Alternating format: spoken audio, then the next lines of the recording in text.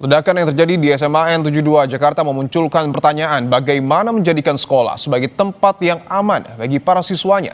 Kami akan membahasnya bersama pemerhati anak dan pendidikan Retno Listiarti, Komisioner KPI Kawian dan juga kriminolog FISIP Universitas Indonesia, sekaligus Dewan Pakar Apsifor, Profesor Adrianus Meliala. Bapak Ibu, selamat petang semua. Selamat petang. Selamat petang, Mas Tipo. Baik, saya ingin selamat petang. Baik, saya ingin ke Pak Kawian terlebih dahulu. Pak Kawian, bahwa tadi sebelumnya pihak dari RSI Cempaka Putih menyebut bahwa ada korban yang kemudian mengalami gangguan pendengaran 90%. Apakah KPAI memiliki informasi pasti jumlahnya berapa korban, Pak? Kalau jumlah tentu saja kita serahkan ke pihak rumah sakit ya, dan juga kepolisian itu. Yang pasti ketika kami ke sana bahwa anak-anak yang mengalami gangguan pendengaran, hal itu sangat dirasakan, mereka sangat mengganggu dalam berkomunikasi, walaupun dalam beberapa hari ini sudah agak menurun gangguannya. Jadi sekali lagi kita doakan supaya anak-anak yang mengalami gangguan pendengaran juga menderita luka fisik, luka bakar dan sebagainya berangsur-angsur segera pulih. Kami ketika ke sana juga menyemangati anak-anak supaya menghadapi masalah itu dengan hati gitu, kemudian juga supaya mereka cepat pulih begitu. Baik, tentu pemulihan korban ini menjadi fokus kita bersama, Pak Kawian. Tapi saya ingin tanyakan dulu bahwa kemarin Polda Metro Jaya juga sudah melakukan rilis, Pak, terkait dengan apa yang sesungguhnya terjadi terkait ledakan di SMA N72 Jakarta. Kalau menurut KPAI, apa sesungguhnya pemicu anak yang berkonflik dengan hukum ini akhirnya melakukan aktivitas ataupun keputusan ekstrim itu untuk kemudian meledakkan sesuatu di dalam sekolah? Ya, sekali lagi kalau soal motivasi ya, mengapa anak terduga pelaku melakukan hal itu, sekali lagi kita tunggu hasil akhir dari investigasi dan penyelidikan. Tetapi dari informasi yang kita dapat dari kepolisian ketika Polda Metro Jaya menggelar press conference kemarin, kita mendapatkan informasi bahwa anak terduga mendapatkan pengaruh yang luar biasa dari paparan media sosial. Banyak konten-konten negatif dan konten-konten berbahaya yang kemudian hal itu mempengaruhi perilaku mereka. Seperti kita tahu bahwa anak-anak cenderung untuk meniru apa yang dia lihat, apa yang dia tonton, dan apa yang dia dengar. Dan kalau kita lihat bahwa anak itu kan punya kemampuan yang menurut ukuran anak itu luar biasa. Bisa merakit bom, bisa meledakkannya, bisa mengatur sistem dengan remote, itu kan luar biasa. Dan itu saya kira pengetahuan itu diperoleh dengan waktu yang cukup lama melalui media sosial, melalui konten-konten digital yang menurut saya juga menduga bahwa anak tersebut itu tidak ada pengawasan ya. Orang tua pasti tidak mengawasi. Kalau mengawasi secara efektif pasti orang tua akan tahu ya. Dan anak tersebut juga akan berkomunikasi sehingga orang tua bisa tahu kalau anak tersebut punya rencana yang membahayakan, pasti orang tua akan meluruskan. Kalau orang tua misalnya tidak mampu meluruskan, orang tua bisa komunikasi dengan sekolah supaya sekolah bisa melakukan pendekatan dengan anak sehingga hal seperti itu tidak terjadi. Oke, saya ingin tanya ke Bu Retno bahwa betul polisi telah menyebutkan ada paparan konten di media sosial, tapi ada satu elemen juga yang tidak bisa dilepaskan bahwa anak yang berkonflik dengan hukum ini juga merasa sendiri, bahkan ada dendam yang kemudian dirasakan oleh ABH. Apa yang Anda maknai dari hal ini, Bu Retno? Ya, pertama anak ini kita semua harus ngelihat anak ini juga sebagai korban ya. Korban pada satu sistem di mana di lingkungan keluarga maupun di lingkungan sekolah. Di mana di lingkungan keluarga dia merasa kesepian itu berarti kehadiran orang tuanya di situ ada tapi tidak punya peran. Jadi misalnya ayahnya ada walaupun ibunya juga TKW ya, tapi ayahnya ada dan walaupun orang tua tunggal, itu banyak sekali orang tua tunggal juga mampu membangun komunikasi dengan anaknya. Ini enggak. Jadi orang tua pun tidak mampu mendeteksi padahal semuanya dibuat di rumah. Dan bagaimana dia kemudian membeli senjata mainan, kemudian melakukan perakitan dan juga menggambar. Anak ini tuh suka menggambar dan jago menggambar.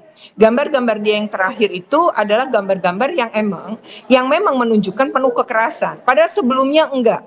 Lalu tanda-tanda seperti anaknya pendiam, kemudian juga misalnya korban bully, selama ini misalnya itu juga seharusnya bisa dideteksi oleh orang tua. Itu yang pertama. Jadi anak ini adalah korban di mana dia memang juga merasa terabaikan. Yang kedua, sekolah. Kemungkinan besar kasus-kasus bullying ini juga terjadi pada lingkungan sekolah kan. Nah ini kegagalan sekolah juga mendeteksi itu. Jadi harusnya sekolah melalui Permendikbudristek 46 tahun 2023 tentang pencegahan penanganan kekerasan di satuan pendidikan harus membangun sekolah aman dengan membangun sistem. Salah satunya adalah membuka kanal pengaduan. Kalau anak ini dibully tapi dia tidak pernah mengadu, berarti dia merasa nggak aman kalau ngadu. Atau malah nggak ada kanal pengaduan di sekolah. Ketika kanal pengaduan nggak ada, padahal diperintahkan oleh Permendikbudristek 46, dan itu kanal pengaduan itu bisa bentuknya tidak harus ruangan. Bahkan kalau bisa jangan ruangan, tapi adalah daring. Nah, berarti anak ini tidak tahu harus kemana kan?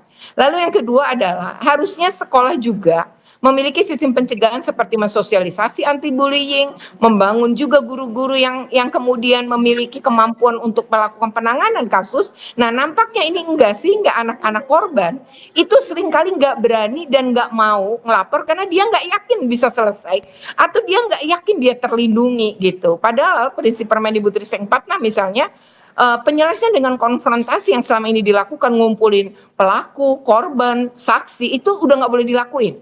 Karena ketika dikumpulkan, yang ada adalah tekanan terhadap korban lebih kuat, para saksi juga nggak berani bersaksi yang sebenarnya, para pelaku makin meningkatkan kekerasannya, hanya lebih hati-hati aja. Nah, ini berarti sistem yang tadi sekolah aman, sebagaimana perintah di Permendikbudristek 46 nggak bisa dilaksanakan. Jadi harusnya tim PPK itu dia nggak ada laporan pun, tapi dia mendengar ada atau melihat indikasi-indikasi itu, dia harus ngelakuin.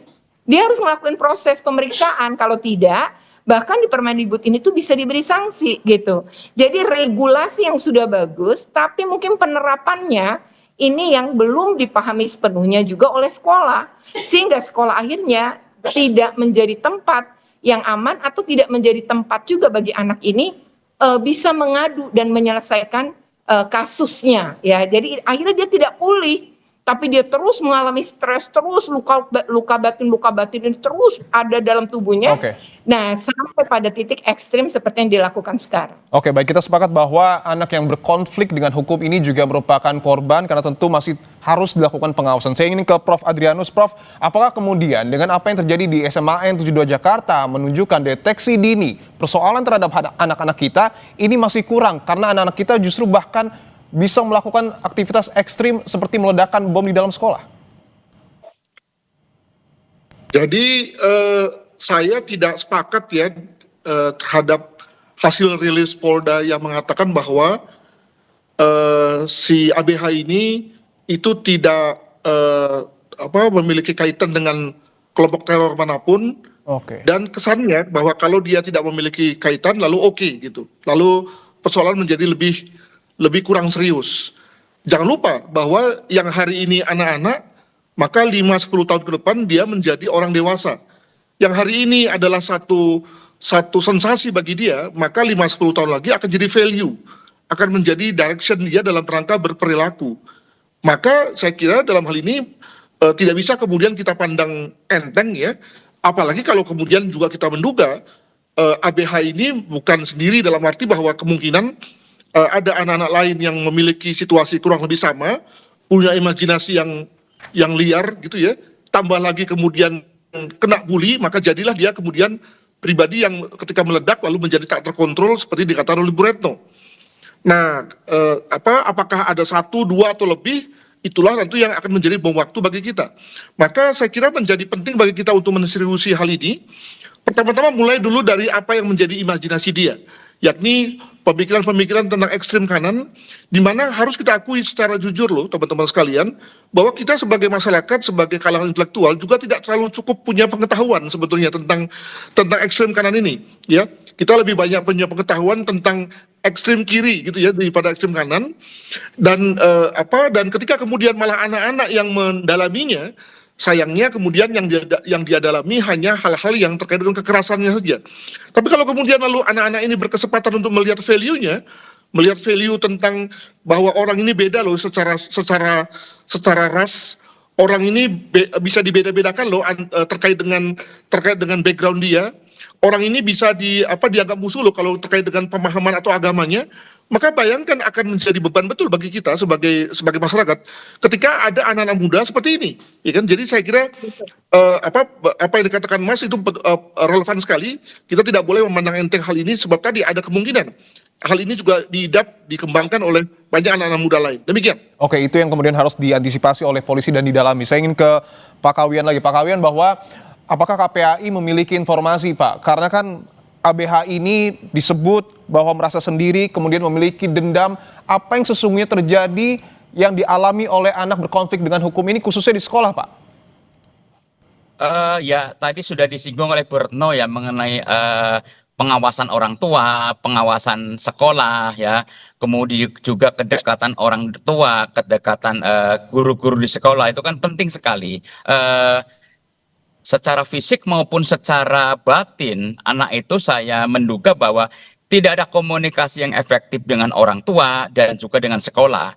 Kalau ada komunikasi yang efektif, pasti anak tadi akan menyampaikan masalah-masalah yang dihadapinya, baik kepada orang tua maupun kepada sekolah gitu. Artinya ada potensi perundungan, Pak?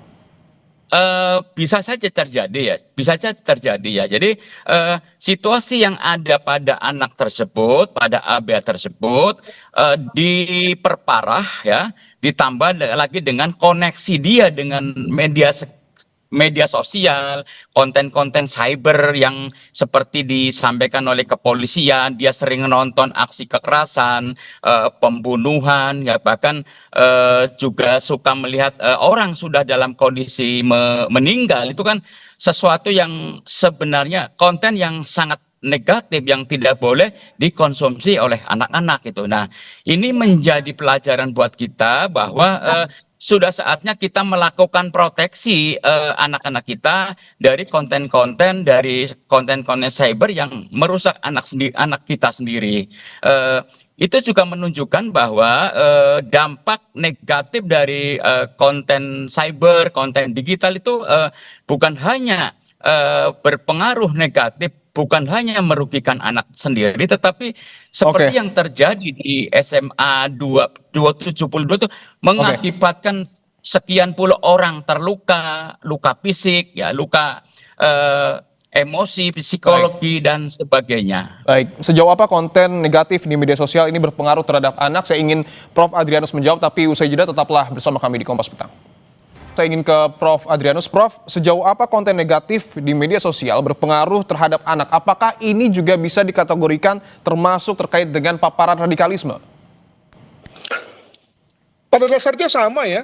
Tentu kita tidak bisa menghalangi, paling tidak pada saat rejim satu negara itu bebas ya, akun-akun atau postingan apapun ya. Nah, yang kemudian perlu kita jaga adalah kesiapan ya dari pihak-pihak yang menikmati atau yang terpapar dengan posting-posting tersebut. Jadi dengan kata lain, arahnya dibalik. Kita tidak bisa sebagai negara demokratis, negara bebas, negara liberal ya, lalu kemudian melakukan satu rejim yang kemudian menghalangi postingan tertentu. Nanti malah kita repot dengan membuat aneka macam regulasi tentang apa yang boleh dan tidak boleh. Tapi kita perlu memperkuat ya, mengadakan resiliensi terhadap, dalam hal ini anak-anak kita, untuk kemudian bisa mengadakan semacam seleksi dalam dirinya tentang apa yang berguna bagi dia atau tidak. Nah, jangan lupa bahwa ada saja anak-anak yang memiliki kemampuan tertentu yang lalu kemudian menganggap bahwa apa yang bagi beberapa anak itu dianggap hebat, bagi anak ini tidak, dan dia kemudian lalu firm dengan menikmati akun-akun yang positif. Jadi sekali lagi, menurut saya arah kita adalah tadi yang dikatakan oleh Bu Retno, memperkuat diri anak-anak ya, melalui kerjasama dengan guru, orang tua, dan yang lain-lain, daripada mempermasalahkan soal media sosial, apalagi yang dalam hal ini memiliki hukumnya sendiri ya, di mana kita kemudian susah sekali untuk mencampurinya. Demikian, Mas. Oke, saya ingin ke Bu Retno selaku pemerhati anak dan juga pendidikan. Apa yang kemudian dapat dilakukan oleh sekolah ataupun keluarga untuk melakukan deteksi dini atau antisipasi agar peristiwa serupa tidak kembali terulang, Bu Retno? Iya, pertama terkait dengan anak-anak ya, saya rasa ini kan masih PJJ. Nanti ketika PTM, maka di hari pertama PTM itu harusnya siap dengan psikososial dulu. Ini kita harus mendeteksi dulu dampak bagi anak-anak dan apakah dibutuhkan pemulihan melalui terapi. Anak mana saja, karena kemungkinan meniru itu sangat besar untuk anak-anak lain yang mungkin juga memiliki luka batin yang sama. Yang kedua, menurut saya adalah guru-guru sekolah harus pertama melatih guru-guru ya, ini bisa kerjasama dengan Dinas Pemberdayaan Perlindungan Anak untuk belajar mendeteksi ya tanda-tanda anak itu mengalami stres, depresi. Ini kan udah depresi sebenarnya ya kategorinya, karena udah menyakiti orang lain itu atau menyakiti diri sendiri udah jatuh depresi. Kemudian yang guru-guru yang harus punya kemampuan mendeteksi berikutnya adalah orang tua. Maka kelas parenting itu menurut saya menjadi penting. Secara berkala dilakukan ya, terutama untuk sekolah ini, dan harusnya ini menjadi pilot project gitu loh. Penanganan atau pencegahan kekerasan gitu ya, sesuai dengan peraturan pemerintah yaitu Permendikbudristek 46 tahun 2023. Di sini menurut saya menjadi satu PR di mana orang tua juga harusnya ngerti ilmu parenting dan bagaimana kemudian mengenali juga tanda-tanda anaknya mengalami stres, depresi, atau anak-anaknya yang sudah punya tanda-tanda melakukan satu kegiatan ekstrim yang mengarah pada bentuk tindak pidana gitu. Jadi pengabaian terhadap tanda-tanda itu ini yang kemudian akan berdampak buruk seperti kasus ini ya. Jadi ini menurut saya harus menjadi pembelajaran bersama dan sekolah ini harus menjadi pilot project dalam penanganan itu kelak. Bisa dibangun sebuah sistem sekolah amannya itu. Nah itu sih kalau menurut saya PR banget ya. Dan Pemprov DKI harusnya memang mendukung ini, dan tidak hanya Dinas Pendidikan yang terlibat, tapi dinas-dinas terkait ini penting terlibat untuk sama-sama membangun sekolah aman. Oke, bahwa langkah konkret pada saat pembelajaran tatap muka kembali dimulai ini harus dilakukan. Saya ingin ke Pak Kawian, bagaimana kemudian KPAI menciptakan rasa aman bagi anak, Pak Kawian, khususnya ketika nanti anak-anak sudah kembali bersekolah secara langsung? Itu kita sudah memiliki peraturan pemerintah nomor 17 tahun 2025 tentang tata kelola penyelenggaraan sistem elektronik dalam pelindungan anak. Nah, di situ ada berbagai, ini kalau kita bicara mengenai anak ya, kesiapan anak, di situ ada berbagai kewajiban PSE termasuk pembatasan usia, verifikasi orang tua kalau anak ingin punya akun media sendiri. Kemudian yang juga penting adalah ada kewajiban atau tanggung jawab PSE atau penyelenggara platform media sosial untuk melakukan edukasi dan pemberdayaan ekosistem digital kepada anak, kepada orang tua, dan kepada sekolah. Oke, kaitannya dengan tadi bahwa itu karena dampak digital itu kan cukup banyak anak-anak yang berinteraksi di dunia digital itu tanpa pengawasan, tanpa bimbingan ya dari orang tua, karena juga banyak orang tua yang tidak memiliki kapasitas untuk menjadi pembimbing, untuk menjadi pengawas, sehingga ya lebih banyak menyerahkan kepada. Nah, kalau tugas itu sudah dilaksanakan, orang tua, guru, dan juga siswa diberi pemahaman mengenai fungsi internet apa, fungsi media sosial apa, bagaimana menghindari hal-hal yang negatif, maka saya kira itu akan menjadi solusi anak-anak sampai terpapar pada hal-hal yang sangat negatif dan kriminal. Baik, saya ingin ke Prof. Adrianus, singkat saja Prof, ketika konten negatif ini bisa menjadi jembatan masuk bagi paparan radikalisme, apa yang kemudian harus dilakukan pemerintah dan juga aparat penegak hukum kita? Ya kalau penegak hukum tentu pendekatannya formil material ya. Jadi sepanjang satu tindak pidana, satu perbuatan sudah masuk pada ranah pidana, maka beres tuh ya, terlepas dari siapapun yang melakukannya, maka lalu sudah bisa dikatakan sebagai melanggar pidana, dan lalu kemudian diadakan proses lidik-sidik. Nah, tapi kan lalu menjadi begitu dingin ya kalau kalau melihat bahwa ternyata pelakunya adalah anak-anak gitu ya. Jadi saya kira pendekatan hukum seyogianya terakhir ya. Ya pada kasus ini karena memang sudah demikian serius ya terpaksa harus diABH-kan. Tapi andaikan saja dalam hal ini negara berinteraksi dengan anak-anak seperti ini pada saat yang lain, pada saat belum terjadi kekerasan, maka tentu ya harus ada satu langkah yang bersifat at all cost ya, segala cara harus dilakukan untuk supaya kemudian kita bisa menyelamatkan anak-anak seperti ini agar tidak kemudian destruktif bagi dirinya dan juga bagi orang lain. Saya kira itu saja dari suggestion dari saya agar kita sensitif pada semua perkembangan anak ya, terutama pada konteks ketika dia terpapar dengan akun-akun media sosial yang negatif, hal mana kemudian lalu menjadi tersembunyi dan pada saat nanti kemudian overt lalu kemudian bisa berkembang, bisa menjadi suatu perilaku yang tidak kita harapkan. Begitu. Baik. Terima kasih Komisioner KPAI Pak Kawian, kemudian juga ada pemerhati anak dan pendidikan Bu Retno Listiarti dan juga ada kriminolog FISIP UI Prof Adrianus Milele telah bergabung di Kompas Petang.